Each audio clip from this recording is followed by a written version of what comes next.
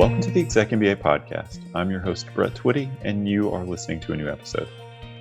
On this episode of the podcast, I'm excited to feature my recent conversation with Jeremiah Newman.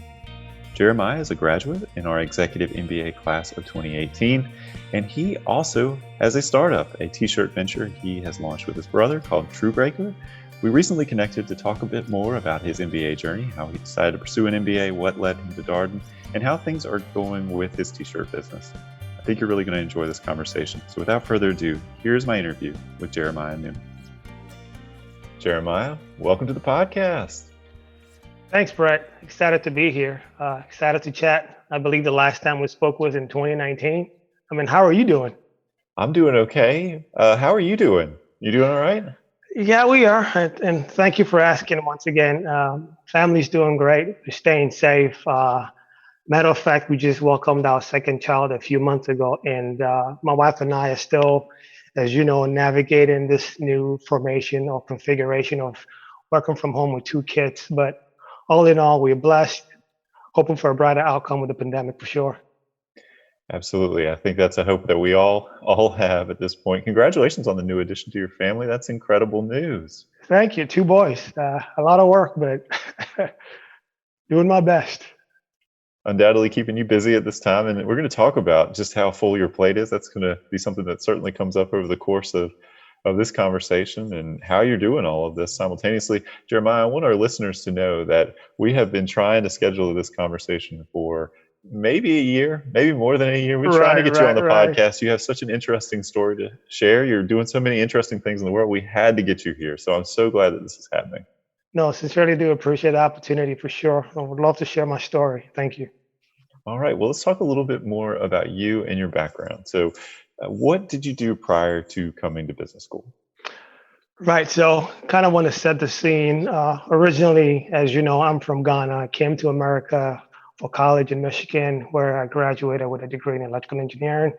Coming out of college, I was hired by a big construction firm into the telecommunication department. Basically, that started my career progression in telecoms. I spent, I would say, maybe the better part of 10 years in telecoms before coming to Darden. Over those 10 years, I managed engineering projects, construction projects, all in telecommunications. Specifically, I built telecommunication sites for AT&T, Verizon, T-Mobile.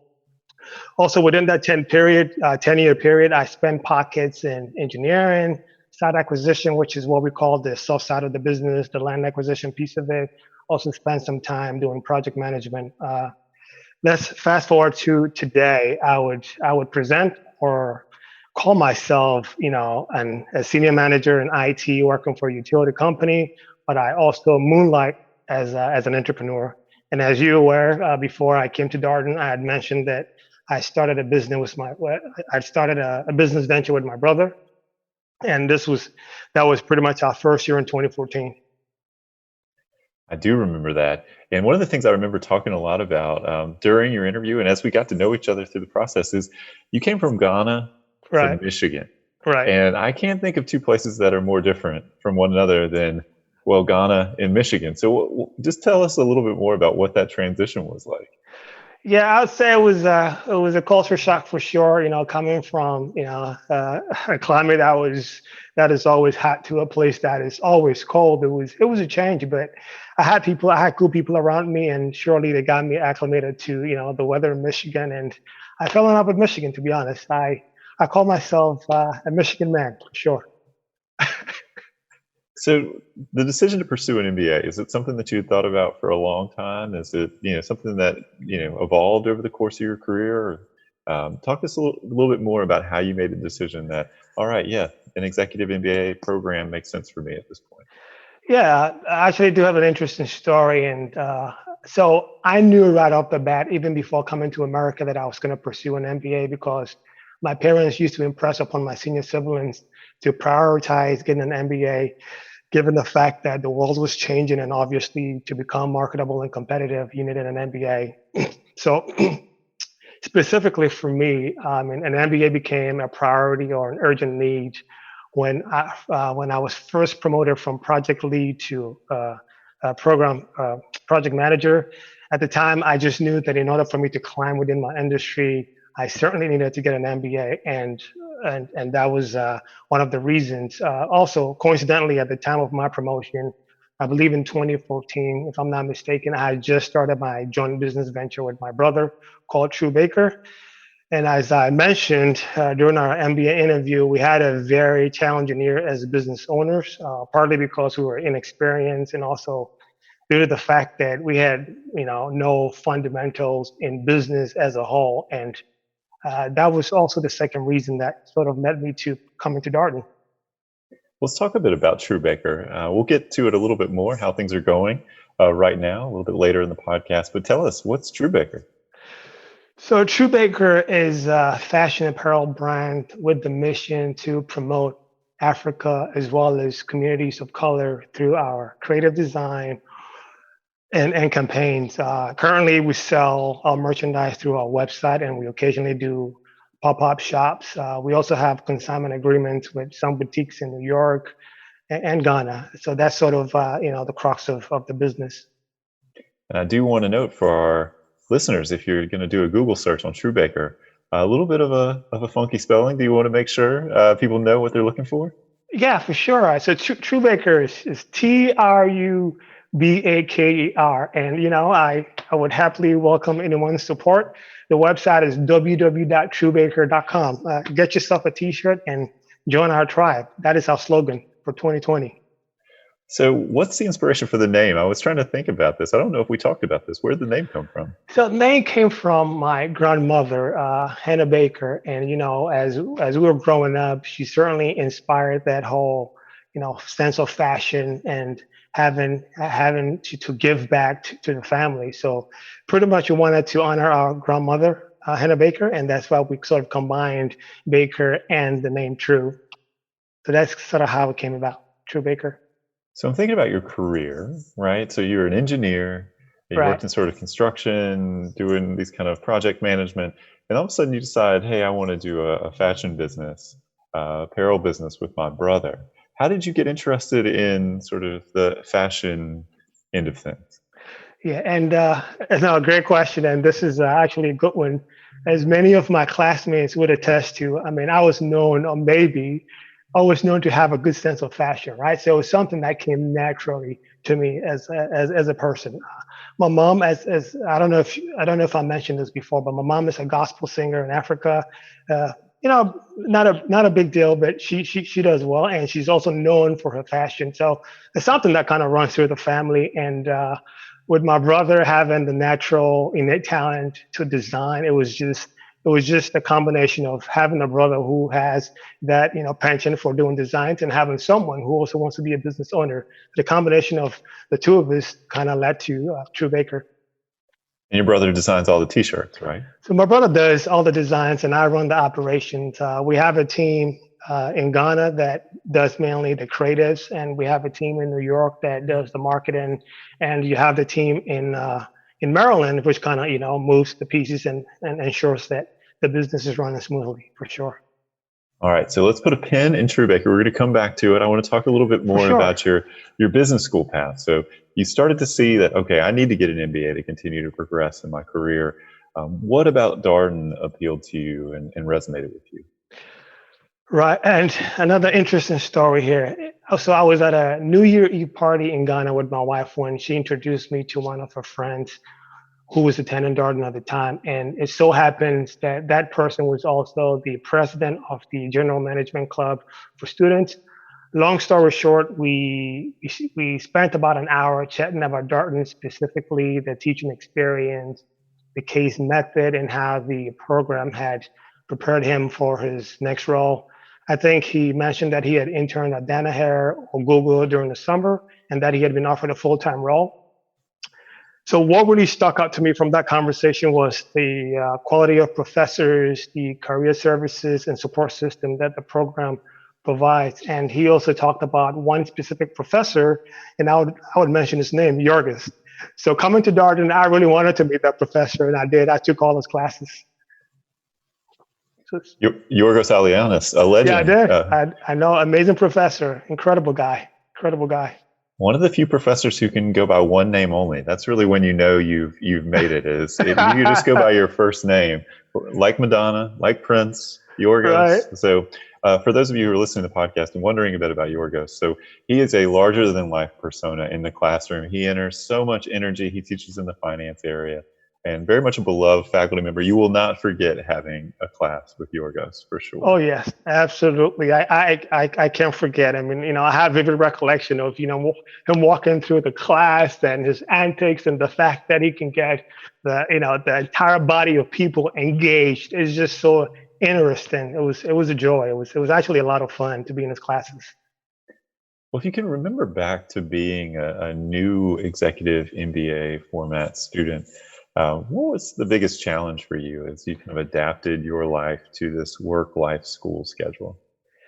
Right. I would say, I mean, so when I think of my Darden experience, right, I have three words to describe my experience. It was one, wonderful; two, it was challenging; and three, it was rewarding. Wonderful in the sense that when I left the program, I left with some amazing friendships and a support system, a community that I believe will last forever, in my opinion. And by that, I also mean the alumni community is very active and supportive. I did reach out to a number of folks during my time, and the reception and the willingness to help was reassuring and comforting for sure. I would also say I would say Darden was challenging for me specifically because as a working professional, I had to balance competing priorities, right? And it was balancing family, work, school. And what Darden did for me was it made me very disciplined and structured with my time. And I'm, sort of reaping the benefits in my career at this point in time. I would also say that, in order for you to really come to Darton, you need the support of your family 100%. I think one thing that really worked for me and my wife was that we had a shared calendar, and she knew exactly what was going on with the program. She was fully ingrained in my classes as well as my meetings, whatever the case was. She knew what was going on, and that made it very easy. Not sure if I mentioned this during our interview, but I literally started Darden right, a week after my wedding. So yeah, so that was the case.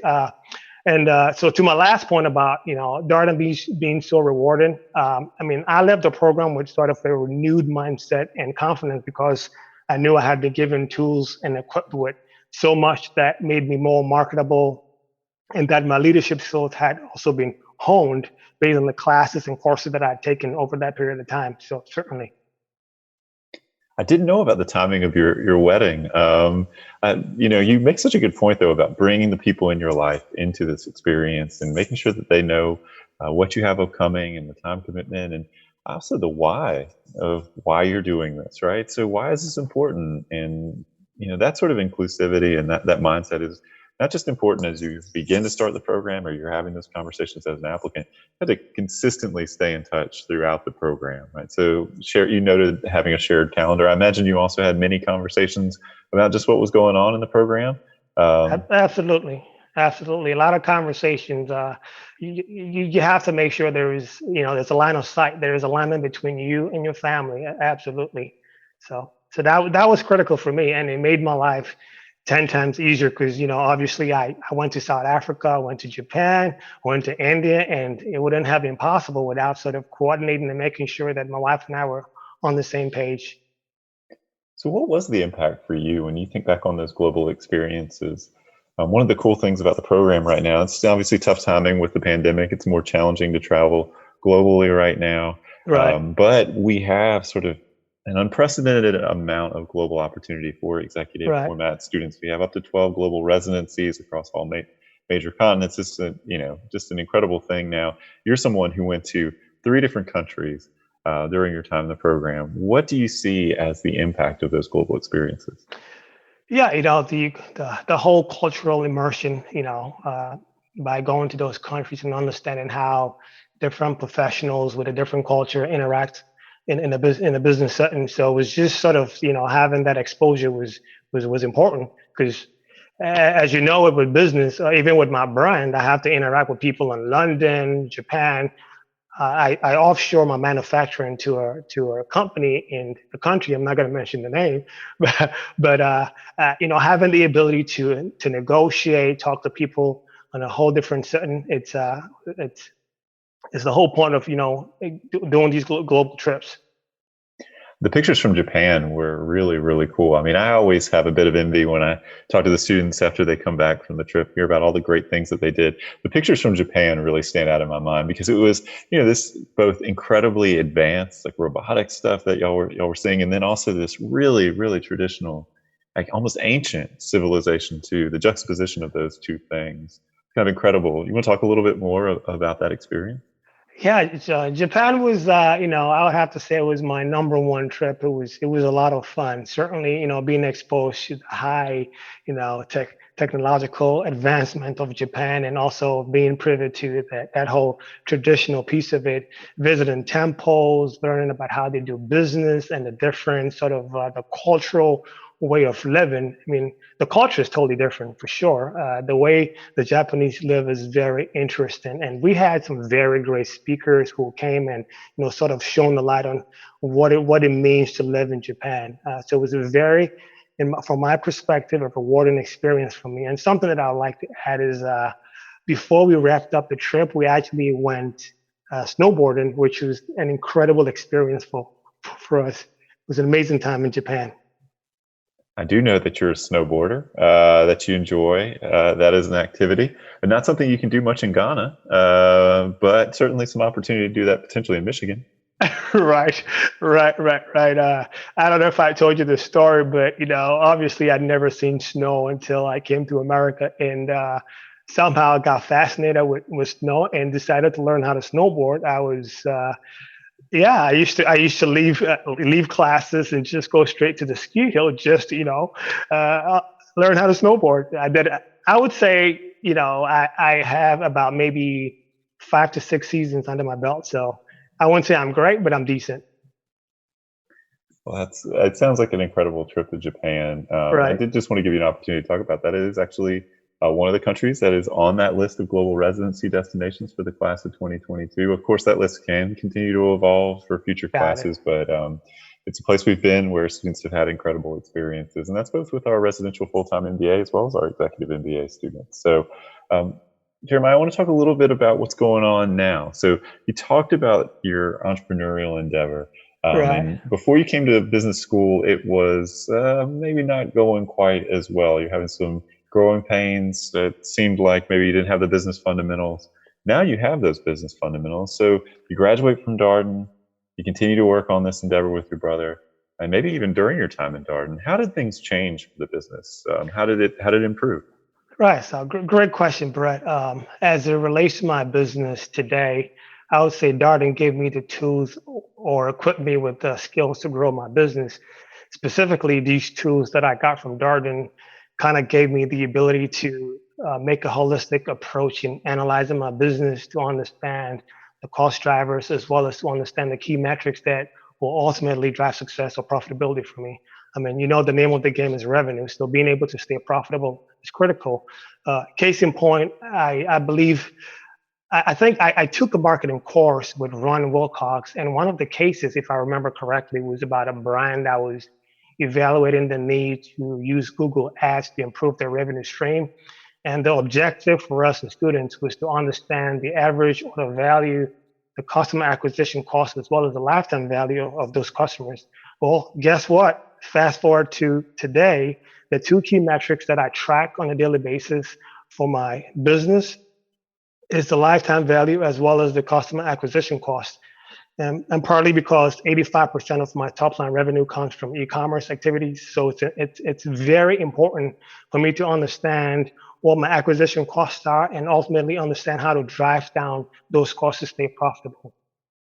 So being able to analyze and track all the data that I get from Facebook, Instagram, Pinterest, Google, that information is critical for the success of my business.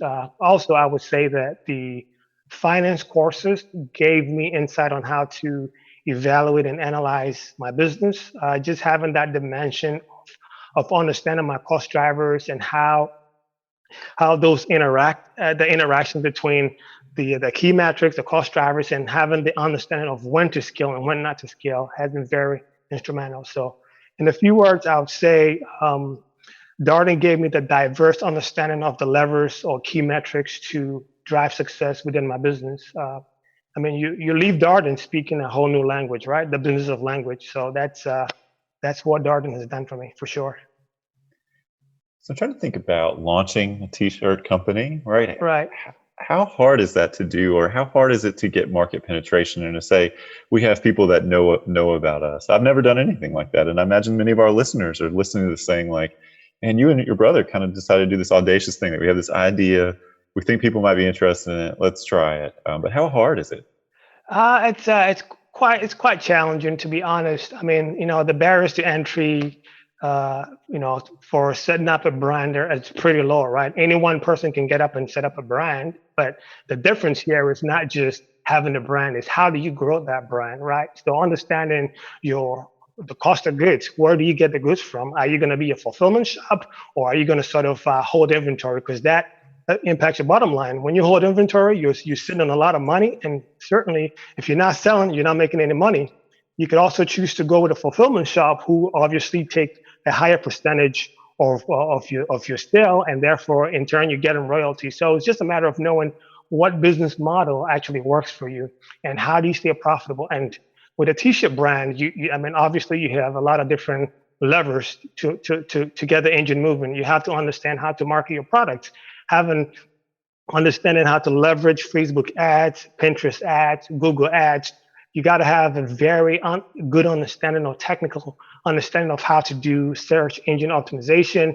There's so many different things to look at, and to be honest, Darden kind of gave me those tools, because I did take a pricing class with Ron again, and that kind of helped me understand how to price my goods. To put it in perspective, if you were selling a T-shirt for $10, if it cost you $10 to make a T-shirt, it would only make sense for you to sell the T-shirt at 3x, right? Because at 2x you make no money, because you have to obviously advertise, and the cost of advertising certainly does eat into your profit. So just having a very good understanding of how to do business, cost of goods, market, and all the other things that kind of come into that balance sheet, right? And I guess a very good picture I can paint is my business now is strictly e-commerce, right? And in e-commerce, for you to have any margin of profitability, your gross profit has to be 70%, because it costs a lot to advertise. So just knowing all these things, and it only became possible because I had a Darden background and I had those tools to allow me to analyze data, do the right research, and talk to the right people within the community to get me up and running. So it's certainly a challenging, proposition to set up a business. At some point, were you choosing classes with your business in mind, or with things that might be helpful to you as you help True Baker grow? Absolutely. I mean, I came to Darden with a plan. I knew exactly what I wanted out of Darden. I knew I wanted to climb. I also knew that I needed the tools to help me run my business. So I prioritized, my finance classes, prioritize taking, marketing, prioritize taking pricing, and those three courses have been instrumental in how I do run my business today. That's awesome. So it sounds like you've learned some things along the way. It's clear the passion that you have for the work that you are doing. We were talking before we got started about just how full your days are, right? So you mentioned you have a full-time job that's like 7 to 5:30 or so, and then you turn around in the evening and work on True Baker. What sustains you through all of this? That sounds like a lot.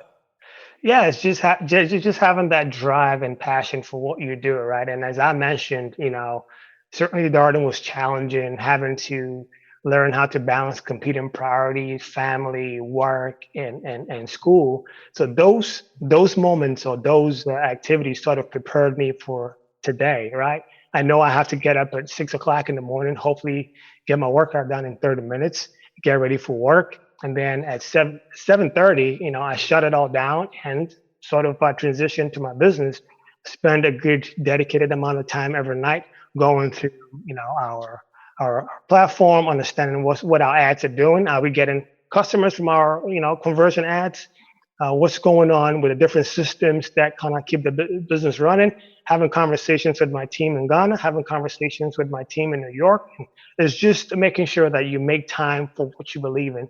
So it's all a matter of just being extremely disciplined, right? You got to be disciplined and structured with your time, or that becomes impossible for you to execute. You're right that that's certainly something you get an opportunity to practice while at Darden in the Executive MBA program. You have a lot of things competing for your time.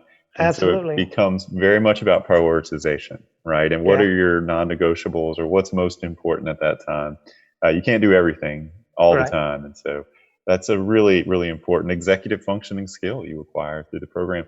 How has the business grown and evolved? So where you sit today, you look back on, when you first launched it, how has the business grown and evolved over this period, and where do you see it going?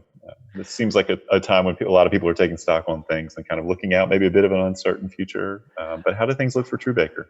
Right. So considering, the issues that were brought on by the pandemic, right? I mean, the pandemic severely constrained our supply chain, right? And it caused a lot of problems internally for us because it was unexpected. Customers were not getting their products on time because the post office was obviously not able to deliver. Our speed of service was not where it had to be. So it really got my antennas up thinking, what do I do post pandemic or during the pandemic, right? And there's a saying, right? There is never a right moment to do what is right. You got to take the moment and make it right. So what I did was obviously sat back with my team, analyzed our situation. As it stands today, our business model is to use a fulfillment shop to get our orders out, right? And we know that we can't sustain that business model moving forward. So what we've done is we've transitioned now to a company, we've outsourced our manufacturing to make sure that obviously we can control our supply chain, and also gives us the ability to ensure that quality is right and consistent across the board. So making that transition to a supplier outside of the U.S. is one thing that we've started doing. Another thing that we're looking at is trying to hire great minds. We certainly need someone who can run our marketing, and I've been doing some interviews, trying to get the right person, because without marketing, you're non-existent. A brand is exactly what you show people, right? So getting that brand awareness up is the number two item that we're looking at, and certainly the last being we want to grow our top line revenue. So certainly we want to scale, understanding how to scale, and also being able to reduce our cost of goods and our cost drivers. These are all things that we're doing as a brand to make sure that we stay afloat and survive through the pandemic. So it's been great. It's been great.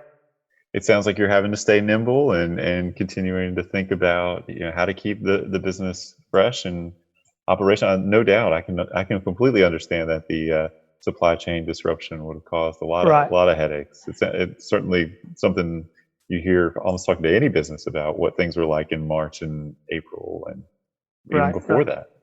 Yeah, it's a big issue, to be honest, and it hasn't gotten any better, right? Because supply chains are still being hammered by the pandemic. Today, a factory is working. Tomorrow, someone gets COVID and they have to shut down. So it's just that snowball effect. It keeps coming down, and small business owners are pretty good.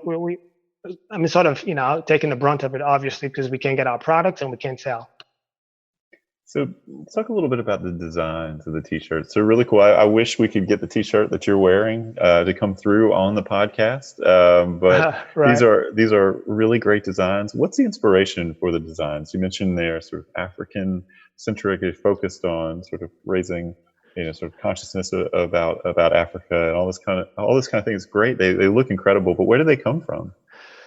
Right. So, I'll start by telling you what our mission is. Our mission is to promote Africa, unify persons of African descent throughout the diaspora. And by that, I mean our designs and creatives are focused on empowerment and the beauty of Africa, but in a non-traditional sense. So it's pretty much casting Africa in a positive light, right? Because usually when people talk about Africa, it's 9 out of 10, it's in a bad light. It's always about poverty, diseases, and whatever you consider as negative. So what we're trying to do is sort of create that paradigmatic shift, cause people to have the paradigm shift about Africa. Africa is not all about disease. It's not all about poverty. There's beauty in Africa. There's opportunity, and there is the other piece of the brand is to also improve communities of colors. Create opportunities. So it's just a combination of those two mandates is what kind of allows us to create and bring out the best. When you think about that value set, how does it guide what you do with Truebaker? It sounds like obviously, I think one of the things that'll be pretty clear to people on this listening to this podcast is the passion and energy you have for the work that you do. Right. But how, as you think about advancing the company's mission, what are some things that you've been able to accomplish or that you're thinking about that sort of live those values? Right. So as it stands today, our patrons or our market segment is strict. It's very constricted, because we sell a niche product that has a certain appeal to certain people. What we started considering is how do we sort of create a design that has the crossover appeal, right? Something that appeals to the masses, because certainly, we want to stay original. At the same time, we also want to give people the opportunity to be a part of the mission. Our mission today is, or our slogan is join the tribe. We're trying to build a tribe that in the end, supports communities of color and obviously creates opportunities for the world as a whole. So certainly sort of trying to have that cross appeal with our designs and being able to market to other factions, of the nation. It's what we're looking at. So when you reflect on your Darden experience, you're looking back on it, what would you share with a prospective student who is listening to this podcast thinking about maybe Darden, going to get their MBA? What would you highlight for that person? Right. I would say two things I would share. And I think I said this already, but there is never a perfect moment in life to get an MBA. So if you're considering joining Darden, grab this moment. And number one, choose Darden. So that's the second point, have a plan before matriculating at Darden, get introspective about why you want to get an MBA, have an idea of what you want out of the program and be willing to allow that plan to evolve. Just don't be inflexible about it, because there's going to be a lot of opportunities, a lot of courses, and sometimes, there'll be that shift in thinking. So just avail yourself for those moments. And the last thing that I would add is enjoy the journey. Build relationships and never be afraid to rely on the Darden community, because that is the icing on the cake for getting the MBA. Is the community that you become a part of. It's forever.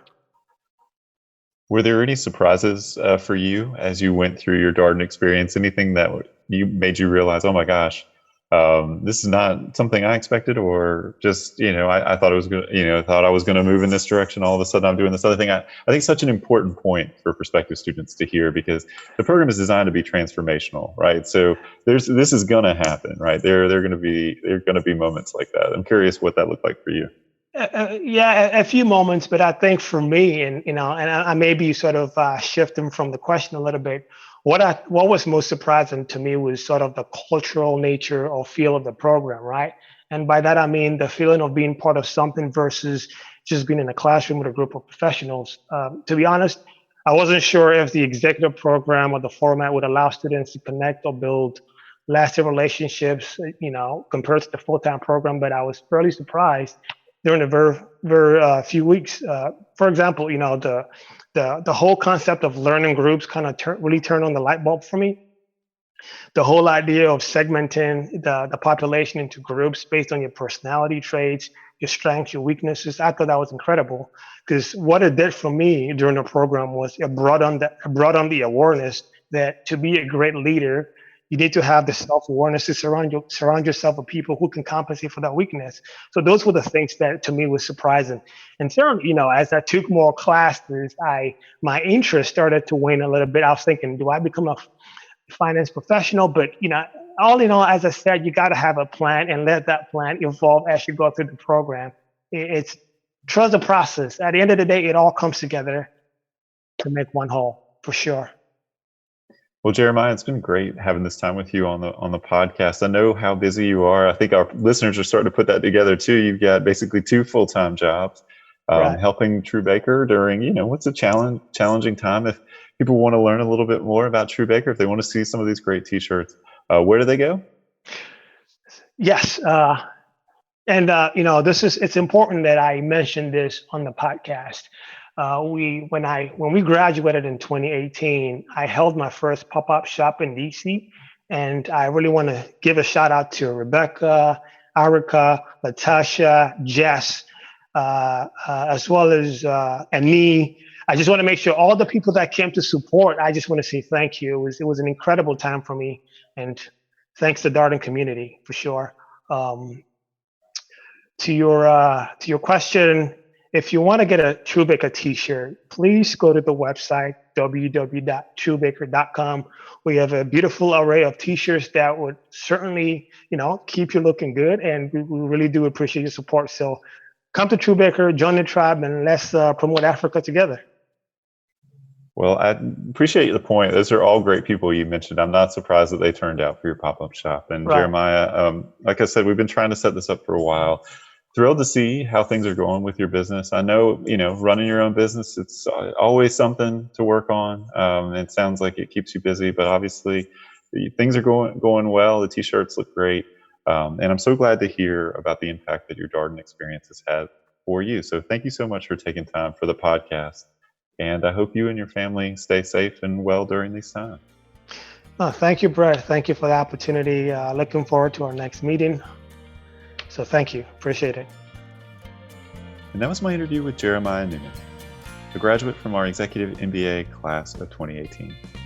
As always, if you have any comments, suggestions, requests, anything you'd like for us to cover here on the podcast, we're all ears. We can be reached at exec, that's ExecMBA@darden.virginia.edu.